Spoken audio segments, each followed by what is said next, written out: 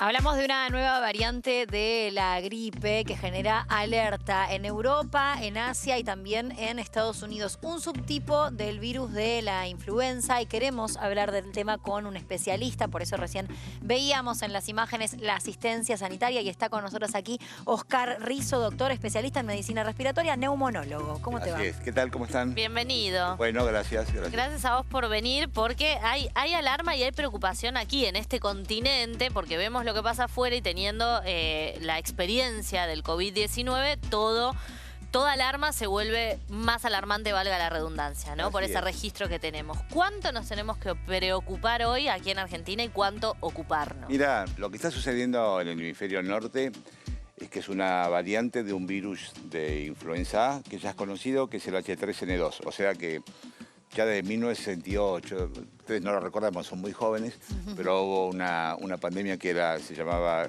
gripe de Hong Kong. De ahí en más apareció esta variante de este virus, que está dentro de todo en las vacunas que uno se aplican anualmente. Lo que pasa es que ahora dentro de esa variante hay como una subfamilia, digamos, un hijito, un primito cercano que se llama variante K, que está un poco modificado ese virus, y que generó, al estar poco modificado, las vacunas no actúan con la misma intensidad que lo hubiesen hecho si era el virus original. Es ¿no? más fuerte, digamos. A ver, tiene mayor penetración. No es más grave, tiene mayor penetración hasta donde se sabe. Todavía estamos digamos, en una etapa muy precoz de la pandemia, de la epidemia en Europa. La realidad es que se adelantó básicamente 2 o 3 semanas lo que es la gripe en el hemisferio norte, que ustedes saben que ahora en este momento es otoño, comienzo del invierno.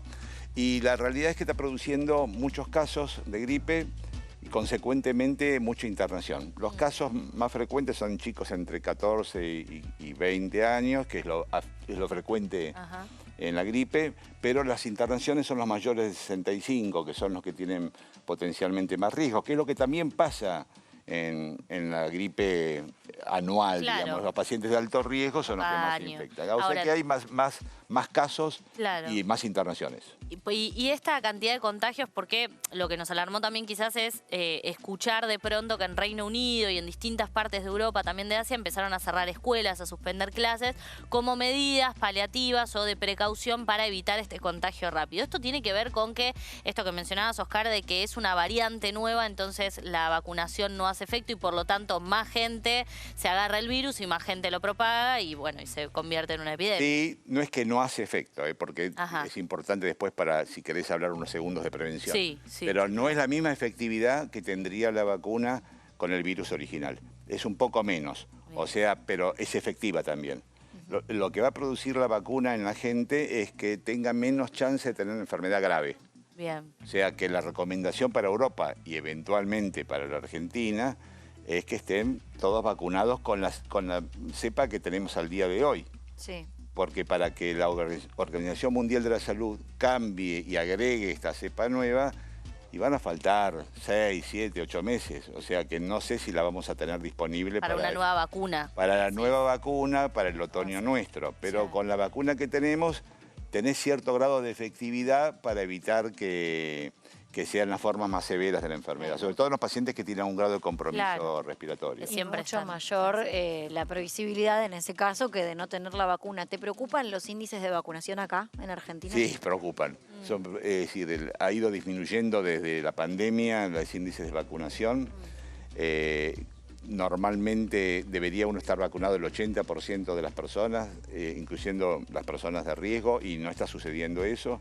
Las cifras son alrededor del 60 o menos, con lo cual la recomendación para la Argentina, bueno, uno no esperaría en principio que venga ahora en condiciones normales, pero como los viajes son mucho más frecuentes, no sería nada raro que gente que viaje a Europa y a Estados Unidos y eventualmente a Asia nos traigan esta cepa antes de la primavera. Claro, ¿y qué precauciones o advertencias tendríamos que tener en cuenta si es que tiene algo distinto o distintivo esta gripe de la influenza común? Desde el punto de vista clínico es igual, es un cuadro gripal, como cualquier otro, fiebre, tos, decaimiento, sensación de malestar general, dolores articulares, dolor de cabeza, son los cuadros típicos de la gripe. Sí. Lo que sí, no es lo mismo una gripe en una persona joven sin riesgo que a una persona que tiene una enfermedad, claro, que sufre de problemas cardíacos, respiratorios, renales, claro, que en ese caso puede evolucionar hacia formas más severas. Porque el COVID-19, recordando la pandemia que todo el mundo sufrió, que todos padecimos, tenía, creo, un agravante, vos me dirás, me corregirás, pero este virus puntualmente del COVID-19 que generaba en algunas personas cuadros mucho más graves, más allá de la edad o de la sintomatología previa o la historia clínica.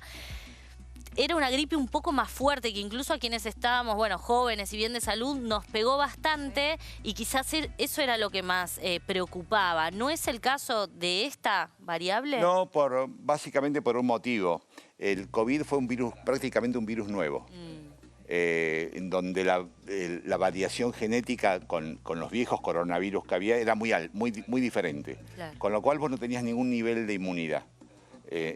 O sea, cualquier persona no tenía inmunidad. En cambio, con esta, vos ya tenés la inmunidad potencial que te da la vacuna de ese año, de los años anteriores, que te da cierto grado de inmunidad. Y el haber tenido gripe común, que también te inmuniza claro, de alguna forma, ¿no? Claro, al haber padecido de una gripe o haber estado vacunado, tenés un nivel de inmunidad que eventualmente puede traer. Después las precauciones que uno tiene que tomar son las precauciones normales, lavarse las manos, claro, eventualmente, es decir, todavía no estamos con casos acá, seguramente los vamos a tener y antes que llegue el otoño vamos a tener casos porque sí, los viajes son muy extendidos y el que viaja ahora muy probablemente tenga chances de contagiarse, pero bueno, tanto el que viaja como el que viene de allí, el lavado de manos, eventualmente el uso de barbijo en condiciones de lugares cerrados, son las cosas que evitan o, digamos, transforman esta enfermedad en que sea menos probable de adquirirla. ¿No? Sobre todo tenemos la ventaja